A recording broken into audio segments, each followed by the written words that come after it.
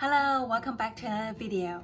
I've been away for a little while, but I'm so excited to be back again because I'm going to do a few videos as we are all getting ready for the fall/holiday shopping season. I know it may sound a bit early because it's only October, but I'm a big fan of preparation. So in the next few videos, I'm going to cover things from knowing your stores to saving tips. For me, those prep work is worth all the while because it will help minimize potential sticker shocks from credit cards or regret purchases. To start off, I will be talking about some of the big international e-tailers for luxury brands. They are Net-a-Porter, Farfetch, Matches Fashion, My Teresa, Louisa Via Roma, and Essence. Because we have a lot of ground to cover, in today's video, I will go over Net-a-Porter and Farfetch, and I will cover the rest in another video. I want to talk about them because every year, particularly during the holiday season, from Black Friday to the year-end annual sales, I often hear coupon codes for these websites from our favorite YouTubers, usually from 15% to 30% off, covering designer brands like YSL, Gucci, Balenciaga, etc. Because I don't know much about them, this year I want to do some research to learn about these websites before getting into the shopping season. This way, I will have that peace of mind if I do choose to place an order with them.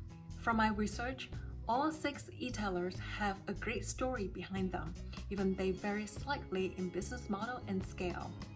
For example, one is founded by a husband and wife team who pride themselves with excellent customer service. One founded by an American-born woman who pioneered online luxury e-tailing. One founded by 3 brothers. One has a business model that runs like Amazon. One started off with a local boutique 3 generations ago. And last but not least, one was bought out by Neiman Marcus. Hopefully at the end of the video, I can help you know more about these e-tailers, not only whether they are legit or not, but also what they are proud to be known for. And that information can help you be a better shopper in your process. Before I jump in, I want to say that I like to share my experiences as a working mom, as an accounting/finance professional, and share things I love like handbags and a few other luxury items. If you enjoy those type of videos too, I would love you to consider subscribing. Now with that, let's go ahead and get started. So first up is Net-a-Porter. It is a UK-based company founded by an American-born woman, Natalie Massenet. She started out as a fashion journalist who is aspired to be a magazine editor. One day, while she was still working as a fashion writer for the reputable British magazine named Tatler, she got frustrated because she could not easily source the things she saw in a magazine for a project she was working on. That's when she saw an opportunity. In year 2000, she started Net-a-Porter. The concept behind the website was to be able to click on an image of an outfit within a magazine format and people can buy it. While it's a great concept, just like any other new businesses, starting Net-a-Porter was not easy. Net-a-Porter is set up as a wholesaler for luxury brands, and being a wholesaler means it needs upfront money to pay for products from brands and then sell those products to customers. As you can imagine, buying luxury brands not only requires money, but lots of money. Getting that funding definitely was not easy. For one, not like today's world where buying online is so common. Back then, people would shop online for electronics or high street fashion, but they were not comfortable buying luxury items that would cost hundreds or thousands of dollars from a website before they can touch or feel the item or try them on. So convincing potential investors or banks to invest in Net-a-Porter was tough to say the least. Secondly, year 2000 was also the beginning of the burst of the dot-com bubble. People were losing confidence with any name ending with .com. Even though things were hard, Natalie persisted. With a team of 15 staff and a lot of hard work, 4 years after Net-a-Porter was launched, in 2004, it started making money. And in that same year, it won the Best Fashion Shop Award at the British Fashion Awards. Natalie Massenet was considered as a pioneer of the online luxury business. Since the initial breakthrough, the company continues to do well. In 2009, it launched a sister site named Owlnet that sells discounted previous season designer products. In 2011, it launched a brother site named Netaporter. Finally, in 2013, Natalie's dream came true. She published The Edit, which is a digital fashion magazine that aims to be like Vogue and Harper's Bazaar. Later that year, she wrote out a print version of the magazine. Since the roll of the magazine, it becomes part of Net-a-Porter. If you go to the website, the magazine is one of the first things you see. This is definitely different from the traditional online retailer website, where the first thing you see are usually products and promotions. Natalie sees the magazine as a powerful way to connect with readers and viewers. The theme of the magazine is always to empower and inspire women by providing fashion insights from a global edit perspective.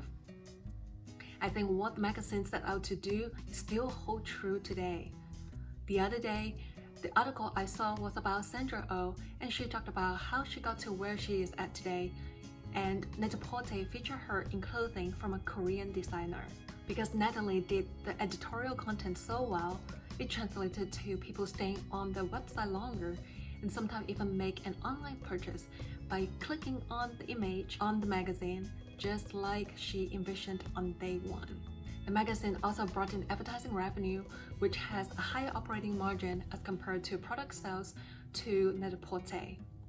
That probably explains why in an article that I saw, where the CEO of Net-a-Porter once said, while many people think Net-a-Porter as a retailer, to them, retailing activity really just pays the rent, and they consider themselves as a media company. While having both e-commerce for products and magazines is a lot of work, Net-a-Porter does it so well that the dual identity actually helps set it apart from other multi-brand retailers. Things continue to go well. Then a big change happened in 2015. That is the merger of Net-a-Porter and Yoox. The new combined company is called Yoox Net-a-Porter, or YNAP. Natalie ended up leaving Yoox Net-a-Porter shortly before the merger was closed. I will come back to her in a little bit.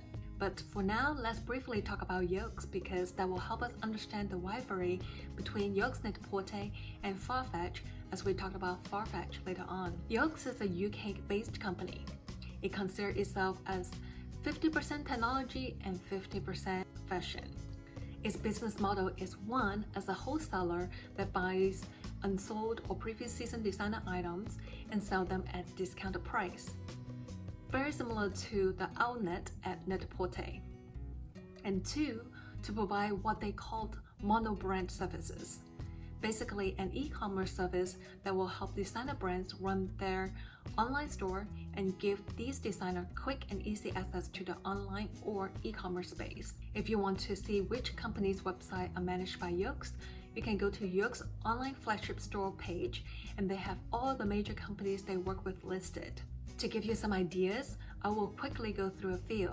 Alexander McQueen, Armani, Armani Exchange, Balenciaga, Balmain, Bottega Veneta, Brioni, Chloe, Dunhill, Ferrari, Jill Sander, Saint Laurent, Stella McCartney, and Valentino. There's one company that's not listed but definitely leverages Yoox online expertise is Gucci. Gucci has started a partnership with Yoox back in 2013. But as more and more luxury fashion houses wanted to run everything themselves so they can control product pricing, distribution, presentation, and customer data, etc., Gucci is no exception. It will end its e-commerce partnership with Yoox Net-a-Porter mid next year. Now you know a little bit about Yoox, let's go back to the new combined company, Yoox Net-a-Porter. Since the merger, Yoox Net-a-Porter has some ups and downs, just like any companies going through mergers. But generally, it was doing well. Yoox and Net-a-Porter business complemented each other. The new combined company also took the lead in mobile shopping. It is the first company to partner with Instagram that allows Instagram users to easily buy the items they see on the app without leaving the app. Yoox netaporters hit $2.5 billion in 2017. It is also one of the major sponsors, in addition to Neiman Marcus, Nordstrom, and Amazon, to our beloved Purse Forum.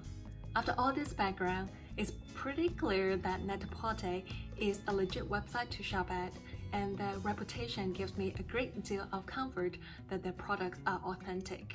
If you're still not sure, Yoox is a company that has been publicly traded on the Milan Stock Exchange since 2009. It continued to be a public company after the merger with Net-a-Porter until last year when it got bought out by a majority shareholder. Being a publicly traded company means that its financial information needed to be audited by independent accountants, also has additional governance or internal control procedures in place because of the regulatory requirements to protect the interest of public investors.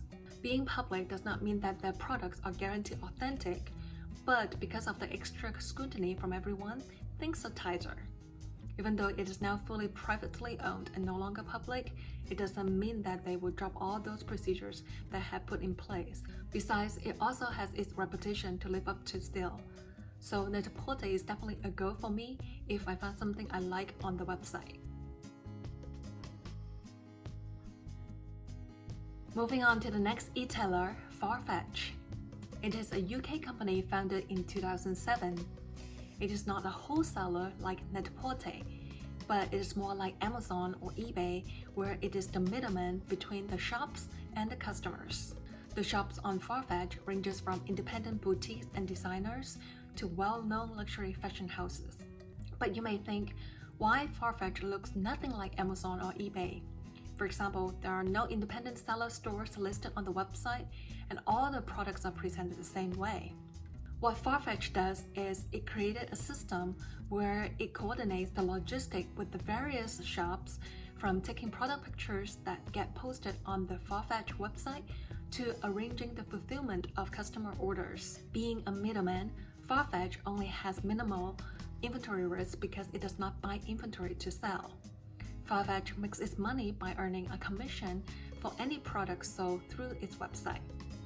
This allows Farfetch to heavily invest in logistics and technology, and not in product selections and inventory management like other retailers do. If you have bought from Farfetch before, you might have already noticed your order never came from the same place, but all over the world. So you probably can guess that for Farfetch to do well as a middleman, it is a gigantic one because it has presences in 190 countries and have access to 1,000 luxury sellers and 3,200 different brands. You can see why investing in excellent logistics and technology is a must. With excellent delivery services and a wide selection of products, more customers start buying from Farfetch. From there, Farfetch signed up more shops, and sales continue to grow, and so is the company. With all the logistic and technology things, you may now see why Farfetch actually calls itself a leading technology for the global luxury fashion industry. But that's not all of it. As we continue to talk about Farfetch, you will see why. Farfetch took the lead in the omni-channel strategy for luxury. Omni means every or all. So omni-channel simply means all channels. This is the opposite of multi-channel, where each channel is separated. So in the retail space, omni-channel means online store is connected to the physical store, including mobile app and functions as one. It is not a new concept. It actually started out with Best Buy trying to figure out how to compete with Walmart's low prices. In 2014, Farfetch launched the click and collect service and in-store returns. The program gives customers the option to get fittings and returns on their Farfetch purchases from the nearest participating boutique selling on the website, regardless of whether the items purchased are from that boutique or not. You probably think why other boutiques are willing to help Farfetch handle the products that are not from their boutiques. The thought process behind it is the customer who make a visit to the store to pick up or return the goodies may end up browsing at the store and therefore create traffic that may translate to sales for the store. Recently, Amazon adopted a similar concept in its partnership with Kohl's, Amazon customers can return the eligible items to Kohl's store nationwide. Kohl's CEO said it is doing this because it will drive traffic to its stores and therefore translate extra sales. So far, it seems to be working. Farfetch continued to do well. At the same time, the rivalry between Yoox Net-a-Porter and Farfetch becomes more intense. In 2015, Farfetch announced Farfetch Black and White. It is a service that is very similar to Yoox mono-brand service. Farfetch Black and White can help brands either create a boutique on Farfetch link site or use Farfetch technology to run their own e-commerce site. 2 years later, 2017, Farfetch launched Store of the Future. It is a technology that aims to enhance the interactions between customers and sales associates, both in-store and online, while also improving retail experiences and sales. The concept of Store of the Future is definitely intriguing, and Farfetch demonstrated so well that in 2018, Chanel signed a multi-year partnership with Farfetch just because of Store of the Future.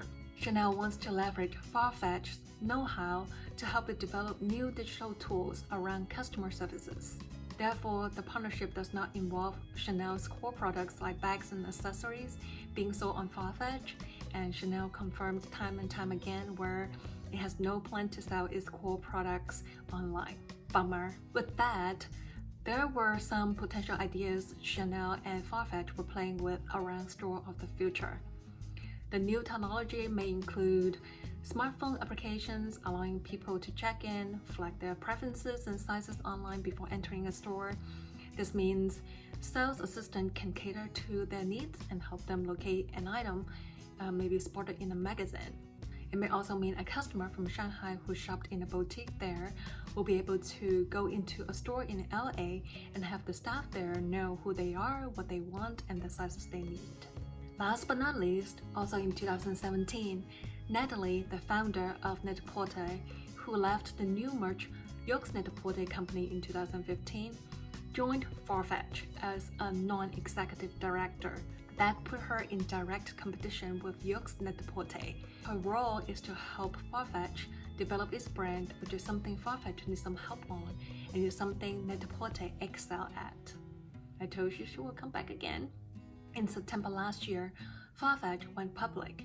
It was valued over $1 billion. Since it went public though, it has not been doing too well in terms of making money.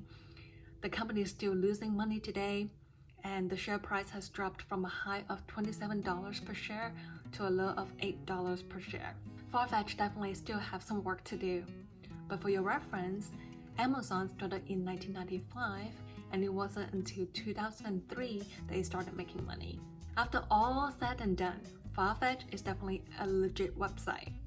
However, because it is simply a middleman, you can't tell which shop is shipping out the products, whether it's a department store in Poland or the original flagship store in London.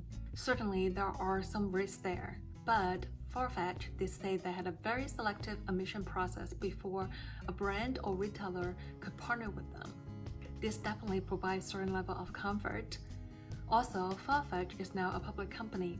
Like I mentioned earlier when I was talking about Yoox, there are generally more eyes on a public company. That also gives me a good sense of comfort. Regardless of it all, if you have doubt, double check the authenticity with professionals or just return the item. Farfetch does have a 14-day free return policy. Alright, that's all I have for this video. I hope you find this helpful. If you enjoyed it, I would love you to consider subscribing so you can see my future videos. Again, I will be covering my Just Fashion, my Teresa, Luisa Villaroma, and Essence in my next video. I can't wait to see you there. Have a great one. Bye now.